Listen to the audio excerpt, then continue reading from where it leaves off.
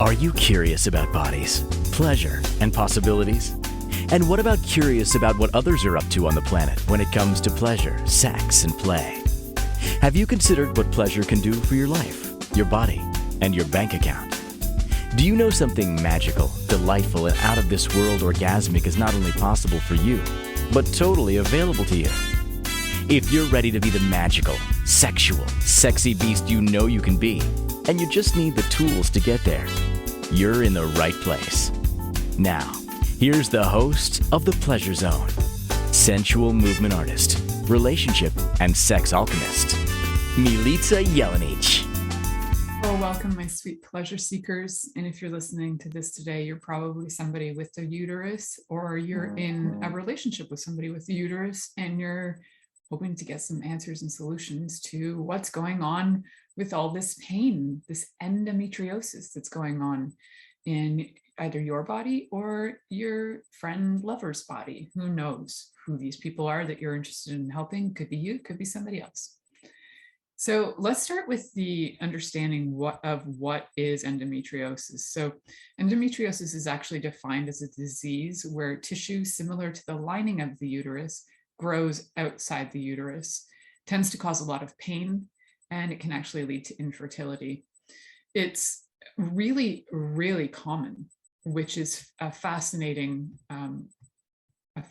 thing about how common it is when I looked at some stats on endometriosis and how often it occurs, it's about 10% of all bodies with uteruses in the age and stage that is menstrual or post-menstrual. So, 10%. Where have you heard those stats before? So when I was looking at that, I thought, well, that's a really interesting stat, because I've heard those stats before, and maybe the stats have changed recently, but I've heard those stats when it comes to women and also violence to their bodies, whether it's rape, sexual assault of any kind, abuse, that sort of thing. That is also considered 10%. Now, my question is, are a lot of women not reporting that they have endo situations? Do they just think, I'm just having PMS? Or is there also a possibility that a lot of women are also not reporting, or bodies with uteruses are not reporting that, or bodies with uteruses are not reporting sexual assaults? The numbers could be a heck of a lot higher. We don't know for sure, but these 10% are kind of fascinating, I think. So, and where this is, like in terms of people in the world, it's kind of interesting. I think when you look culturally across the world where this occurs more, we have a lot of people in North America with endometriosis and in Europe as well. I don't really know the stats on some of the other countries, but then again, the stats might not be there because diets are different.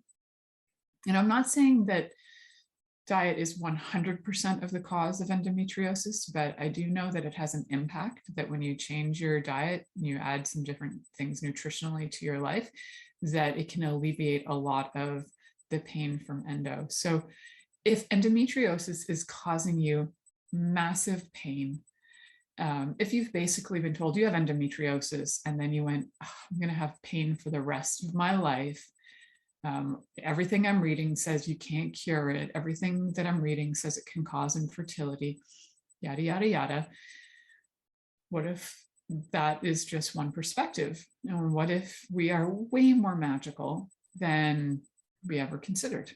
So, looking at some of the conditions of endometriosis, I think our numbers on endometriosis could be a heck of a lot higher than what is stated, because a lot of people that I work with have at least one or more of these conditions going on in their bodies. So here's a list of some of the signs and symptoms that seem to get worse around menstruation, which can be pelvic pain, increased pain during periods, and of course during intercourse, which can be like vulvodynia as well, which is a little different. It's not always the same. You can have vulvodynia and not have endo. You can have endo and not have vulvodynia. It's hard to say. They're not one and the same. So You could also have pain with bowel movements or urination. You could have heavy periods or bleeding between periods. You could have a lot of fatigue, diarrhea, bloating, constipation, low back pain, intense cramping. If you're listening to this and you happen to have a uterus and you happen to have endo in your uterus, or you don't even know you had endo in your uterus, I'm just wondering, do you identify with any of these? I'm thinking the chances are pretty high that pretty much many of you listening will go, oh my God, I have all of these. I have these symptoms. Holy cow, this is crazy. That's a lot of different symptoms that you could have, or different things to help you identify that you have endo. Now, technically, you can't actually say you have endometriosis until you've gone to a gynecologist. They've checked you. They actually would do like a they have their tests where they can find out if you have endo. So we're going to look at some of the different things in this show. We're going to be looking at are what we need to do to change this. Like, who wants this pain? We don't need this pain all the time. And so we're going to look at that. What can we do nutritionally? What can we do physically? What can we do mentally, spiritually to change these things? Because there's a lot of things that can change.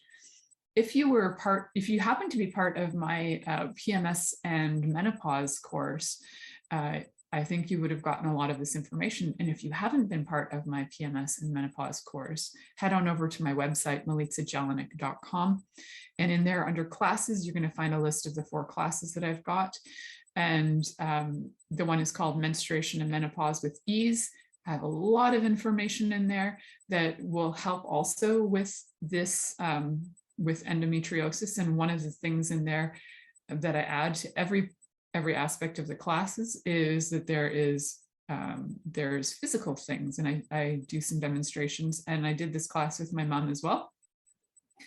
And we did some demonstrations of different stretches you can do that can really create a lot of ease in some of the leg cramping, the lower back pain, the opening also up the hips, and to give some relief where it feels like you might have like massive congestion going on from like maybe your lower back right down to your knees. It can just sometimes feel like 500 pounds of weight got kicked in there. So I know this, I've experienced a lot of these symptoms of endometriosis. I've been to gynecologists many times, and I've never actually been diagnosed with endo, but I do have a lot of symptoms. So I have looked for solutions to all of these. And there's a lot of different things that I found have helped over the years, and then they continue to help, and then I can add more things that can assist to ease the situation. So I have a little cough in my throat there for a second. Sorry about that. So one of the things I thought was really fascinating about some research that was done is one study showed that there were 207 women that were involved in an endometriosis study, and 75% of them had decrease in pain after just eliminating gluten from their diet. That's huge. So if you're not sure what a gluten-free diet looks like, there are many, many, many books out there. It's become a hot topic in the last 20 years. If we had talked about gluten-free 20 years ago, people would have had a much harder time finding foods that were gluten-free. There were some companies in Canada like making Ezekiel bread that was sprouted grain gluten-free. Huge fan of the sprouted grains as a substitute, because we do need carbohydrates in our diet. And if you want to argue with me on that, go right the freak ahead. We can get into why we need them. I could do an entire show on why we need carbohydrates, but I'm not going to. That's not what this is about. But we need certain kinds of carbohydrates. We don't need overly processed carbohydrates. So, all right. So we are going to start with, in this segment, all about the nutrition, because I think it's really come up into a lot of people's faces, and it might tap into the next segment as well. One of the things that I'd like to first talk about are all the things we need to avoid food-wise. So, there are a lot of things we will talk about what we need to add as well, but avoiding things like, for example, cutting down on things like red meats, because body just has a hard time processing those proteins. If you don't have enough enzymes in your body to break down the proteins, like if you don't have enough protease, then all of that stuff sits inside your body. Now, here's a really, really weird truth about bodies is that if you have a uterus, your uterus is part of a clean out system in your body. So while you shed and while you have menstruation or menstrual cycles, your body uses your menstruation as a way to clean out your junk. So if you have really intense, really long, really heavy periods, your body is assisting you. It's actually doing a cleanse for you. So if you want to lighten those things up, changing the food that you eat so that your body doesn't have to clean all that out can be incredibly helpful. I know this works because I've actually done it for myself. And then I get off track because I'm not perfect. So I've done, sprints in my life where I'm eating like super clean food, nothing processed, sprouted grains, veggies, oils, all the good stuff. And I'm like, in those times, I'm living like a miraculous life. And then sometimes I get off track and it goes off track for a while. But right now I'm in one of those modes in the last few months where I've been super on track. So I've been definitely paying more attention to the things I'm eating, and I'm taking a lot of things to help my body clean out. So definitely the gluten-free is super helpful in that the gluten is not, it's not a molecule that a lot of bodies can actually process. So what it does is it kind of just sits in your body as a thing that is going to not be digested, metabolized, broken apart. So what's it going to do? Your body during your menstrual cycle is going to need to clean it out. So just like the red meats and just like the gluten and so many other things, it's going to say, we got to clean this out. And then it comes out. If you're lucky, it'll come out through your cycle. And if you're not so lucky, it will sit in there. And likely, and I can't say for sure, but it's my hypothesis that it likely contributes to increasing the lining that is similar to the uterine lining that is what is endometriosis. So I know a lot of women who have had their uteruses removed due to endometriosis. The pain was too much. They didn't also, some of them were never my clients. They were just people I knew. So I didn't get a chance to work with them on changing that. But yeah, two really strong ones to break down that are really hard for the body to break down are red meats and, of course, the gluten. So also anything processed, but we'll get into that more as well. So when some of the things that you might not even really consider that need to be cut down on are things like caffeine and alcohol. Alcohol mostly because of the sugar content, and caffeine because of the reaction that it has in your body and what it does to the sugar content of your body. So caffeine is a really interesting thing. I've read some research on caffeine, and that 1 cup of coffee, so an 8-ounce coffee, contains 120 milligrams on average of caffeine, which, if we didn't have adrenal glands, would be enough caffeine to stop your heart. But because we have adrenal glands, they kick in, sending off adrenaline so that your body starts to burn off some of that, so it doesn't kill your heart. Now, you want to be careful with these caffeine things because people become highly addictive and they don't know what to do or how to react without caffeine. So caffeine is one of those highly addictive things. It can be hard to come off of completely. So cutting down can be helpful. Cutting down in this way, I find, is more helpful than, so say you have a cup of coffee a day. Instead of going down to half a cup of coffee a day, I would do a cup of coffee every 3 days, because the effects of the caffeine and the way that it actually pulls the glucose out of the body, it affects your sugars, your body sugars, the way that it does that, and then your body goes into craziness. So the way that it does that is that it stays in your body for 3 days. So if you're going to reduce it, do 1 coffee every 3 days. But if you're drinking 2 coffees a day, go down to 1. first and then go down to 1 every 3 days. So that's what we're going to start with in terms of our nutrition for anybody who is having endometriosis. There are reasons for that, because when your body is that high, it can't actually digest or metabolize foods. And then that lack of ability to digest and metabolize foods is going to do what? It's going to sit in and around the uterus if the uterus isn't able to actually shed that out. So it gets really clogged. It's like a giant clogged up system. How funky. And then smells can happen because that tissue can start to get funkified. So yes, if you're having a funky smelling groin area, then chances are you need to get that checked out for sure. Ask your doctor, your gynecologist, if you have any evidence of endometriosis. And if you do, and they don't have any solutions for you, definitely connect with me, because I have lots of programs available and different things that can be done to assist you with endo. So that would be the thing to do. So we're going to talk about more after this break about what foods to eat. So you're listening to The Pleasure Zone here on Inspired Choices Network, and we'll be right back after this commercial.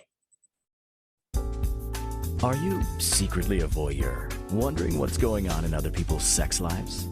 What if now is the time for a totally different sexual evolution? Are you interested in people who are pioneers of different sexual and pleasurable practices? Lean in now with Milica Jelenic, where she will entice you and your body to know your own pleasure zone.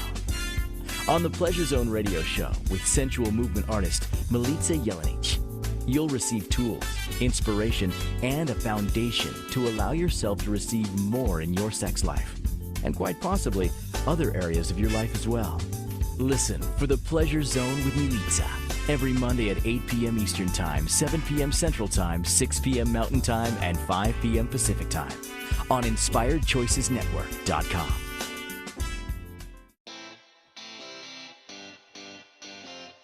Are you a subject matter expert? Are you here to share your expertise with an audience waiting to hear from you in only the way you can deliver? Are you ready to have your voice amplified across the airwaves? Inspired Choices Network has a global radio platform streaming to millions of people across the world. Professionally produced and supported by an accomplished team every step of the way, you can broadcast from anywhere in the world, knowing your voice matters, and we ensure it is delivered with ease and efficiency. Eager to hear your message, the world awaits. Contact us today to become an Inspired Choices Network radio host. Email become a host at inspiredchoicesnetwork.com. This is The Pleasure Zone with sensual movement artist Milica Jelenic. To participate in the program today, join our live studio audience in our chat room at inspiredchoicesnetwork.com. You can also make the choice to ask or comment by email, info@milicajelenic.com. Now, back to the program. Welcome back, my sweet pleasure seekers. So the conversation today is all about endometriosis and what we can do to assist on clearing that and getting that all worked out of the body, or at least to the point where it's very minimal so that it's not affecting your life and it's not affecting your pleasure. I get that if you're walking around every day of your life and you're having low-level cramping and pain, and also maybe living in the fear of when you get your period that you're going to be knocked out, it can really affect your life. I know when I was like a teenager, even I was having a fear. It was so bizarre. I had a fear of my future because I thought, if, you know, here I am at 17, that if I, or even when I was 12, when I first got my period, I thought, if I'm having this much pain and I can stay home from school, I'm really lucky, but whatever happens if I get a job? My periods were not predictable. They were not steady. I couldn't time them. They could be anywhere from like 21 days to 42 days. I never knew when it was going to happen. I literally lived in fear for years of when my period was going to show up. If it could just show up in the middle of the day, if it could, you know, show up at school, I wouldn't know, I'd have no warning, and then the cramps would kick in and I would be not functional. So it was like pretty freaking bad. And I have to say that whatever was going on uterine wise for me too also led to like a very big lack of sensation and feeling in the vagina during sex as well. So these things all work together. Now, how and why do they all work together? Now, we could have had possibly, now check this for yourself, but did you possibly have a lot of judgment of yourself, about your sexuality? Did people project that onto you as a child? I was like a highly sexual child. So at the age of like 4, I was masturbating, and I didn't know that that was weird or strange or very young for that. And when on occasion I got caught, I would get really weird conversations like, that's not right, don't do that, and whatever. And I was like, why? I don't understand why. So there was a lot of judgment being projected at me, and over time I made it really wrong. And it wasn't like I was running around naked masturbating in front of everybody. It was like people were walking in on my privacy. So, dude, don't walk in on my privacy. But it did lead to a lot of internalized self-hatred, self-judgment, judgment of my own feelings and my own understanding of myself as a sexual being. I didn't even know how the words for that, being as a sexual being, but I did know that there was a lot of shame. So shame is like a really big teaching lesson on my European side of my family. My Serbian side, they use shame for everything. That's one of their key teaching tools, is like, if we shame you, maybe you'll learn. By the way, family, if you're listening, it doesn't work. So stop doing that to anybody and everybody in the family. We can do it different. It's not necessary. All right, cool.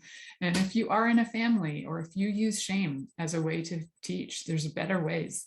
It's not functional, it's damaging. And yeah, if I could get money for all the therapy that I needed for all the damage that was caused, I spent a lot of money on therapy just to be able to function as a person in the world. Wouldn't it be great if, the people who damaged you actually had to pay for all of that? Oh, would be great, but they never do. It'd be interesting if we lived in a time that they do. So have you judged your body? And have you judged your sexuality? Have you judged what you like or don't like? Do you have a conflict in yourself about how you feel about your genitals?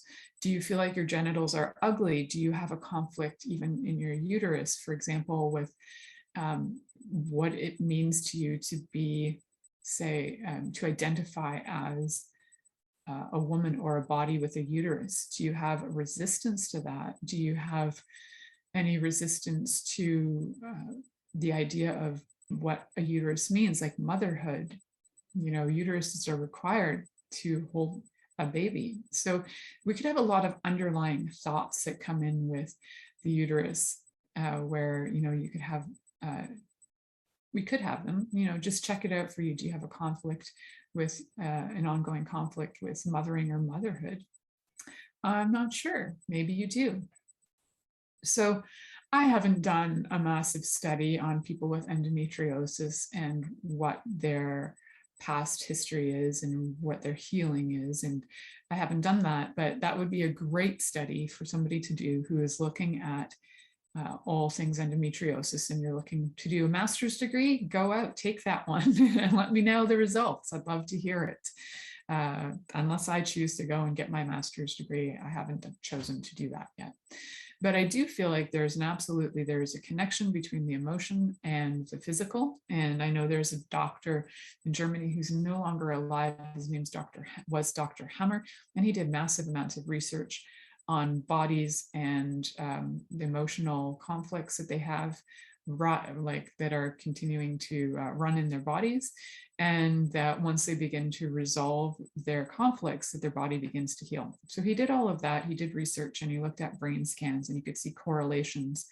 He was put on trial and he won his trial, so he was allowed to continue to practice, I believe. Anyway, he died about 4 or 5 years ago, or maybe 2015. He died a while ago. So an amazing, amazing person with lots of great information. And I do think that that information would support my theory that endometriosis could actually be as a result of an emotional conflict, or a conflict of sorts that hasn't been resolved in your life yet. So something to consider. And it's fascinating work.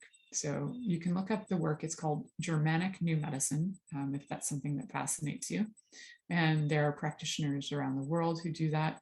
I would recommend that you do a lot of research on those practitioners before you move ahead and utilize any of them for resolving your conflicts. So, all right, good stuff. I know this went off a little off track there for a second. I talked a little bit about the emotional because you know what? They all, to me, they go in this cycle, right? Sometimes we're emotional eaters too. I know I can be an emotional eater where I might crave things like sweets. Well, those processed foods are also what contributes to more cramping and more pain for endo. So if the emotions are involved, then we got to look at the whole picture: the emotions, the physical body, the nutrition, all of these things that are interacting, the spiritualness of it. Like, how do you feel about your spirit, yourself? How healed are you? Are you healing? Are you on a healing path? Even you might not be. This might have just come across your field and it's the first time you've ever even considered that endometriosis could be having an emotional component to it too. So does it have a spiritual component to it? It absolutely might. But we don't know. We have no proof of this, right? Speculation, again, just reiterating, this is all speculation on my part and hypothesizing that what if some of the endometriosis stuff has to do with many lifetimes that your body has had, maybe self-protecting from violence, maybe self-protecting from being a woman. Like, how many lifetimes did you have as a woman where, or as a person body with a uterus, did you have where you were violated or tortured or killed just because you had a uterus? So there might be many. So if that's the case, you might be unconsciously running some of those past life programs in your body that would have you go, maybe I need to get rid of this uterus. It could be totally unconscious. And how do you get rid of a uterus? Well, if you have really bad endo, they're going to remove it. The doctors will remove it for you if you ask them to, or we can heal these things. So just for fun, just in case, if you have had any lifetimes where you had a conflict regarding your uterus, and whether it had to do with abuse, violence, rejection of self, rejection of womanhood, any of those other things, and anything I might not have mentioned, can we just ask for that energy to transmute in your body, and ask your body to receive the transmuting energy, to allow that energy to go from conflict to ease. And just let your body breathe that in. It's just going to breathe in ease. It's going to breathe in lightness. It's going to bring in space. So as much as it seems crazy, like some energy just went whoo, spinning out like a bit of a, can't even think right now. We got a bit of a vortex happening. So if you're feeling that, cool. Cool. Maybe we're clearing some things on that front, because it could be many, many, many lifetimes we're holding on to all of those things. And I don't want to deny that that's possible. Then if you think I'm wacko for talking other lifetimes, that's cool. I probably am wacko, but I don't know. For me, it resonates. So if it resonates, choose it. If it doesn't resonate for you, don't choose it. It's that simple. So I want to just reiterate some of the things, really quickly want to reiterate some things that we want to eat. And I'm sorry that I keep going off track, because the stories and things are jumping in my head, because the energy is like really up and up there for me right now. I want you to do a few things to add to your diet. So one of the things to add to your diet is omega-3 acids, omega-3 fatty acids. So where do you get those? Mostly you can get them in flax, but one of the best sources is something called borage oil. And borage oil is not that easy to find. My mom and I were on the hunt for borage oil for months. We found it from one source, but we haven't found like a big bottle of borage oil. If you know how to get a big bottle of borage oil, let us know. We'd be totally interested in getting a giant bottle of borage oil. It is one of the highest contents of omega fatty acids. You want to avoid trans fats. So trans fats are anytime you could get a really, so even a good olive oil that's like a cold pressed olive oil, and you stick it in the oven, it goes from cold pressed to trans fat just because of the heat that is involved. So you can use something like an olive oil that is cold pressed. And I encourage you to get all of your oils as cold pressed. So borage oil as a cold pressed oil, or flaxseed oil as a cold pressed oil, because they have higher nutritional value, and they're going to work a lot better in your body, and they won't have any trans fat components to them. So we'll talk a little bit more about food, jumping back and forth with emotion, I suppose, and back in and forth with physical stuff. You like to usually be more organized than this, but the information is not coming out so organized. So I apologize for that. I hope you guys are following with ease and you're finding this interesting, because I'm in a storyland today. So you're listening to the Pleasure Zone here on Inspired Choices Network, and we'll be right back after this commercial. Are you secretly a voyeur, wondering what's going on in other people's sex lives? What if now is the time for a totally different sexual evolution? Are you interested in people who are pioneers of different sexual and pleasurable practices? Lean in now with Milica Jelenic, where she will entice you and your body to know your own pleasure zone. On the Pleasure Zone radio show with sensual movement artist Milica Jelenic, you'll receive tools, inspiration, and a foundation to allow yourself to receive more in your sex life, and quite possibly other areas of your life as well. Listen for the Pleasure Zone with Milica every Monday at 8 p.m. Eastern Time, 7 p.m. Central Time, 6 p.m. Mountain Time, and 5 p.m. Pacific Time on InspiredChoicesNetwork.com.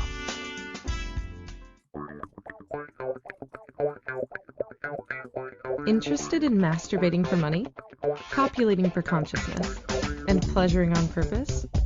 21 Days of Sexual Magicism with sensual movement artist Milica Jelenic is an exploration of tools, processes, and actions that you can use to create more for your life, your body, your money inflows, and so much more. Graduated learning for all levels of interest. Learn at your own pace via video classes or join the yearly live class. Take a peek at www.milicajelenic.com.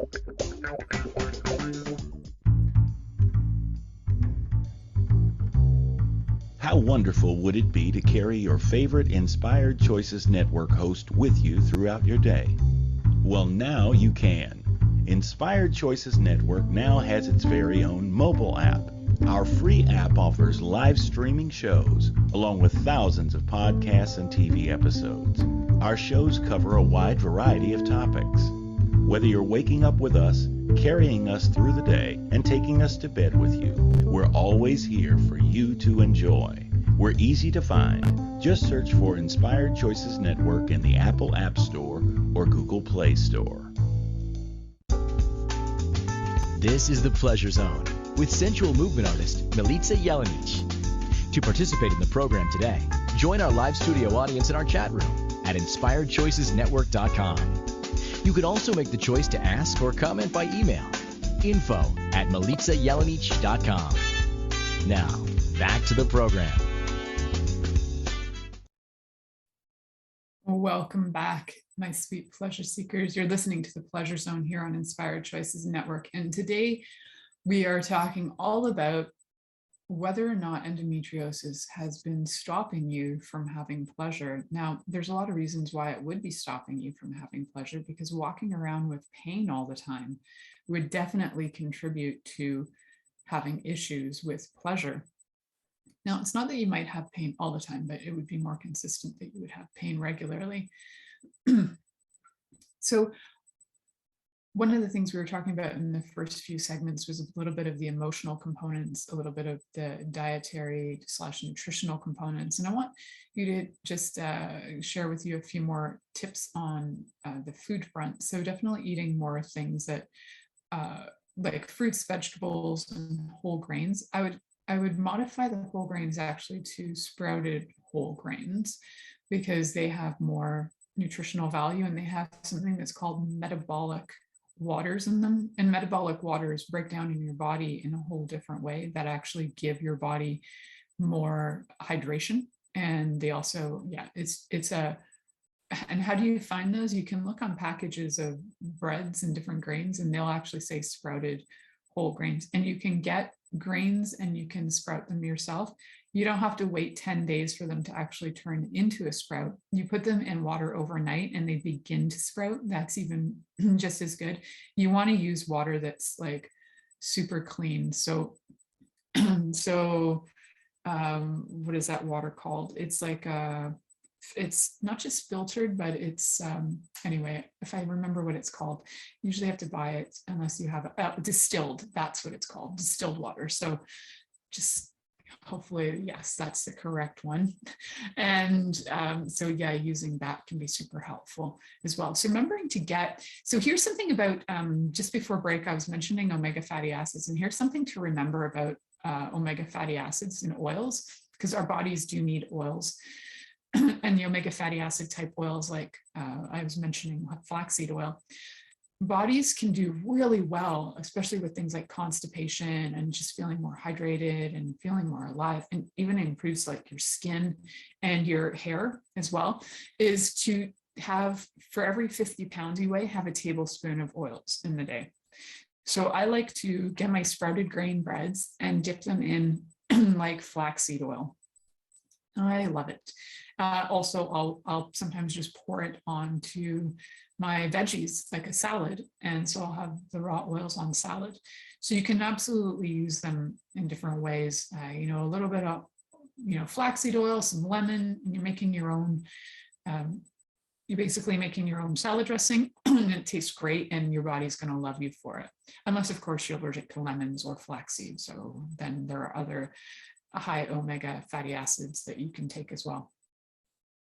I recommend more doing the ones that are from seeds or that are like plant-based, because the body will have a much easier time breaking that down. So a lot of women with endo usually are, they usually start out as pretty heavy-duty meat eaters, but the more they move into a vegetarian or even fully plant-based diet, their bodies will start to have less and less and less pain. But one of the things that people forget to do is have the proper whole grains, like the ones that are sprouted grains, and they also forget often to have fats for some reason.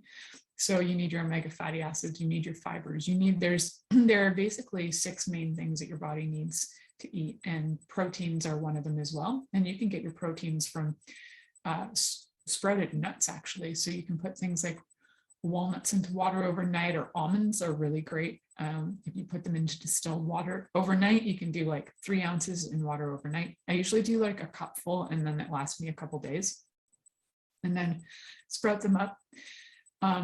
Almonds taste really different when you've sprouted them. So you put them in water for over 12 hours, you sprout them, they taste completely different. So if you normally don't like almonds, they need to be raw almonds, by the way, not roasted, toasted almonds. That changes their quality. Although I love a good roasted, toasted, salted nut myself, but the different qualities, different things for your body. So why are we doing this? We're trying to get all the foods in your body that are going to allow your body to have really high enzymes, really high nutrition, really high minerals and vitamins, so that your body doesn't crave things like the sugars that are processed, and doesn't crave the processed breads, and doesn't crave all this other processed stuff. Because when you're craving all these processed things, it's generally because you're missing or lacking some kind of mineral, vitamin, oil in your body. Especially if you're craving fried food, you're probably lacking the happy oils in your body. So you want to get those in. So on the emotional front, I did mention earlier about some things about questioning whether you have some conflicts that have been in your life, whether you've had abuses or anything like that have gone on. And it's important to honor that and heal that in whatever way you can. So one of, I think, the most easy and interesting ways to heal it is to do some mind work around it. So, there's lots of people who do things like NLP or EFT, which is the tapping technique. NLP is neuro-linguistics programming. So there are different brain training techniques that you can use, like Enneagram as well, I think, is a brain training technique. And or you can do something really simple that I learned from a course that I recently was in. And it goes a little something like this. It is an affirmation that switches your brain thoughts. So the affirmation goes, now that I am healed equals, and then you fill in the blank. So whatever it is that you thought endo was holding you back from, now that I'm healed equals. So when I was 17, like I mentioned, it was mostly 17, I started thinking about career and like, what am I going to do for a job? How can I possibly work if I have to take time off and blah, blah, blah, blah, blah. And I would just push through the pain and go to work most of the time. But sometimes I was so debilitated, I couldn't. So what, what was I looking for? If I had been healed, I would have been able to go to work, and I would have not only been able to go to work, I would have been able to really enjoy going to work. And I probably would have sought out more things that were more challenging, maybe even more, I might have even taken more risks. Like I might have traveled more, but I was so afraid of the pain that I could be in some other country and just like end up in pain, because every freaking time I did travel, I would end up having, if I was gone for a week, I'd have 3 days where I was in bed having my period, because it would just show up. It was guaranteed to show up. I might have my period for a week, but I was in bed for 3 days. So that was just so annoying to me that I was like wasting my holidays. So now that I am healed equals travel. Now that I am healed equals career. So what does it equal for you? Because there is something that, it's holding you back. Now that I'm healed equals lovers. Now that I'm healed equals great sex. What is it equal to you? It's going to actually allow your body to step in to know what it is you're looking for. Because right now, all we know is the limitations. We're like, I can't do that. I can't do that. I'm not going to do that. Oh my God, I can't do that. Because what if I end up in bed? Like, what if I have to go to the hospital and I'm bleeding so much? What if I'm in so much pain that I can't function and I don't have anybody to help me? Right? Whew, the tailwind, the whirlwind of craziness that happens. So now that I am healed, now that my body is healed, now that my mind is healed equals, yeah. So if it's something going on mentally, emotionally, physically, but now that my body is healed, or now that I am healed equals, I travel everywhere. Now that I am healed equals, my school of pleasure is accelerated and started, and whatever it is for you, there's so much that can show up. And it's an interesting thing, because that fear, if you really check in your body, all that fear of, oh, I can't do this and I can't do that, where is it sitting? Honestly, for me, it's been sitting in my uterus forever. So there's fear in there about moving forward. Like I can move forward because this and this could, fear in the uterus. Now, there's amazing work that is out in the world called sexual somatic body work. This is amazing work. It can assist with releasing so much of the stuff that's been just hanging out in your vagina and your uterus, and it can release on so many levels. So if you're looking for some really cool stuff to do, somatic body work like I do is also great, but sexual somatic body work, which I don't know if we have too many practitioners in Canada, but I know in California there are practitioners. It's not legal in every state to be a sexual somatic body worker, so you might have to travel. And I don't know where it is legal in all the countries in the world, but amazing work. I highly encourage you to check it out because it can be a lifesaver for you. So now that I am healed equals, what has been holding you back? How has endometriosis been holding you back? And, are you looking forward? Are you even willing to allow yourself to look forward to something? Are you even considering that at some point in your life, you could have a different reality with this situation? Yeah, so I'd love for you to be able to have a different reality with this. And I'm hoping that you feel that too. So now that I am healed equals is a really simple statement that you can use for yourself.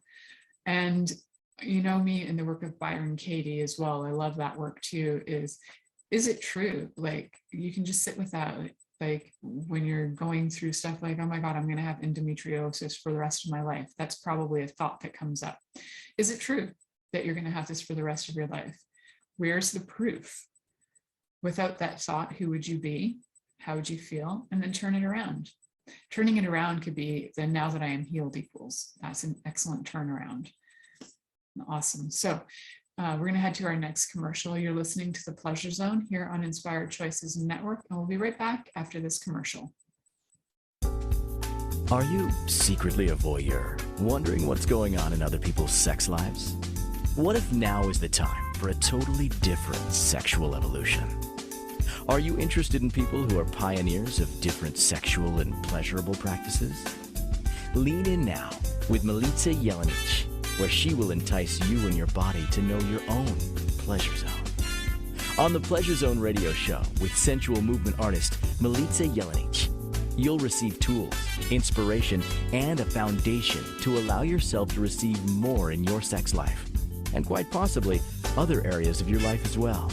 Listen for The Pleasure Zone with Milica every Monday at 8 p.m. Eastern Time, 7 p.m. Central Time, 6 p.m. Mountain Time, and 5 p.m. Pacific Time on InspiredChoicesNetwork.com. This is The Pleasure Zone with sensual movement artist Milica Jelenic. To participate in the program today, join our live studio audience in our chat room at InspiredChoicesNetwork.com. You can also make the choice to ask or comment by email, info@MilicaJelenic.com. Now, back to the program. Welcome back, my sweet pleasure seekers. Today we're talking about, is it possible to actually have pleasure if you have endometriosis? Like, is endometriosis killing your pleasure? And it might be. So why is that? Because, endometriosis is causing a lot of pain. It's that extra thickening of the exterior part of the uterus. It's like this lining that's just growing and growing. And when you think about where your uterus is located, as that grows, it can actually start to get into and start to grow into other organs, and you can feel tugs and pulls. And I've actually had people describe to me that it's like when they move, they can feel like where the endometriosis is, that it starts to pull away and almost like tear from other parts that it's grown into. And at first that could be highly uncomfortable, but if you are somebody who is into movement, doing things like yoga and stretches to open the hips, to stretch your abdomen, to strengthen your abdomen, to also open, and stretch all the psoas muscles as well. Like all of that is super helpful in getting getting to feel less congestion all down in like your lower chakras. So your lower chakras are connected to different body parts, like your lower chakras are, if you really want to get specific, the root chakra is like your perineum, and your sacral chakra is your sacrum, but also all your reproductive organs. So that's that whole area that gets affected during endometriosis or attacks of endometriosis. I'll call them attacks of endometriosis. I don't know if that's actually what they're called, but like an attack of endometriosis during your menstruation, even where, your digestion can get off and you just feel like nothing feels good. Well, getting your body cleaned out prior to that is a fantastic idea. Remembering to add things like fibrous foods, like vegetables, fruits, legumes, and especially the sprouted whole grains, and also getting really iron-rich foods, super high in iron. So leafy greens, broccoli, different grains and nuts and seeds, and also foods that are rich in fatty acids, like if you are going to eat an animal-based diet, then something like salmon would be, but you want like salmon that's wild. Yeah, you don't want farm-fed salmon. You want wild salmon. If you're going to eat your fish, have it not farm-fed. You want wild salmon. Although you don't always know the sources of where they live, they are generally going to be healthier, less fat, but still fatty. Generally healthier. Anyway, I shouldn't say that because my uncle used to own a fish farm in Europe. But anyway, that was his livelihood. So there you go. So also super high antioxidant rich foods like vegetables, oranges, even dark chocolate. If you really crave chocolate, have the super dark 90% cocoa or more. Spinach, beets, all of that stuff. So you'll find probably the more that you eat that, the happier your body is anyway, because you're just having all the different minerals, vitamins, and different things your body needs, like the oils, the fats, all the fiber, proteins as well. So oh, yeah, if you want to do, some people also like having some vitamins, daily vitamins, and some of the vitamins that can help are vitamin E and vitamin C. Now, some of the standards say take 1,000 IUs daily, but that's not really accurate in terms of depending on what company is making your vitamins and what their vitamin values are. I recently started taking some vitamins from a company called Tranort. I'm not in their MLM company. It is an MLM company, but I bought this from a friend. And I have to say their vitamin C is really good. And they also have a vitamin E that is really good. It is from a natural source, where a lot of vitamin E's are not from a natural source. So, having really good high quality vitamins, if you're going to invest in vitamins, invest in high quality good ones. So you got the vitamin E, we got the vitamin C, and also taking vitamins like zinc and vitamin A. They decrease things like the peripheral oxidative stress markers, and they enhance antioxidant markers. There's something to remember about vitamin D, vitamin E, and vitamin A. They're part of the DEAK vitamins, so D, E, A, and K all need to be taken with fats. So if you take those vitamins with your food, the other ones aren't so much to worry about, but the DEAK vitamins you want to take with your foods, especially foods that have fats in them because they're fat soluble. Cumin as well. Curcumin is one. Also turmeric. Turmeric is great. Turmeric has great anti-inflammatories as well. I'm big on turmeric because it also cleans the liver, and a lot of times some of the stress from digestion can be eased up by having your liver function better. So these things all work together. If your uterus can shed properly and it can actually clean out, that's great, but you need all of these other things to help break down the foods. So you need all of the enzymes that come from your liver and your pancreas and all that to break down your foods properly, so that when it gets going and moving through your body doesn't have as much stress to get rid of it. And so you don't have to have the buildup happening. So also doing some really simple things. We kind of talked about some things like some alternative therapies, like sexual somatic body work is great. Somatic body work in general is great for all things endo. I've worked with many bodies with uteruses that have endo, and they get immense relief during a session, especially if it's right during their periods and they're experiencing pain. They can notice relief within the hour of the session. So also things like massage, acupuncture, those are all great. They've been proven methods to help a lot with the pain. And of course, meditation and yoga, stretching of all kinds. So yoga, Pilates, all of it are great. If none of those appeal to you, I also have my program for menopause and menstruation with ease. And it does include a lot of information that would be helpful for endometriosis as well. And we have a bunch of stretches that we show in that as well. We, as in me and my mom, created that program together. And I have that on my website at milicajelenic.com. So milicajelenic.com. And it is a great, easy to follow course that's already up. You can listen in your own free time, in your own way, and you can just do it when you feel like it. I think it's about $47 US to take that class. There are three or four separate parts to that class. So you can learn all about what's causing pain, how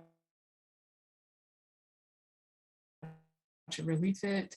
And of course, this is the pleasure zone.